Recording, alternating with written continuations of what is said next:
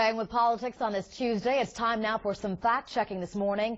Representative Patrick Murphy wants to unseat Senator Marco Rubio and turn that Republican seat blue. Murphy made a claim about Rubio's attendance record recently, but was it true?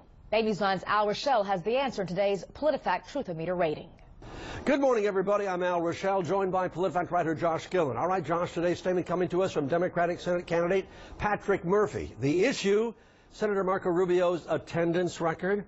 In a statement last month, the Democrats said, and we quote, Senator Rubio has the worst vote attendance record of any Florida senator in nearly 50 years. All right, Josh, how'd you rate that on the Truthometer? Well, we rated this one mostly true. And, you know, when we're talking about the voting record here, you know, we look at this in terms of an absentee rate. How many votes did Rubio miss in the 5+ in the Senate? And, you know, what we came up with, you know, there's websites that track this, and it's actually, he had a 14.5% absentee rate. And that's pretty high when you consider that for other sitting senators, that rate's about 1.7%. So it's a pretty good rate. So now we had to find out, you know, does that go back 50 years? And so when we checked the record, sure enough, we go back to George Smathers, who was in office up through the 60s, in the 50s and 60s, and he had a rate of actually 23.6%. That's a pretty high absentee rate there.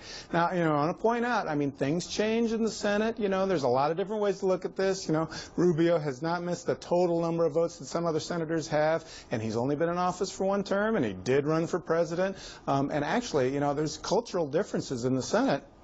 You know, way back when, the absentee rate used to be much higher. When Smathers was in office, that average, which is 1.7% now, back then, 14.5%. So, you know, it has changed a bit, but it is still a pretty accurate statement. So we called this one mostly true. I didn't remember the name Smathers. Maybe I shouldn't have, because that was a long time ago, right? Well, you know, at least 50 years and beyond. Okay. Josh, thank you so much. Hey, folks, we have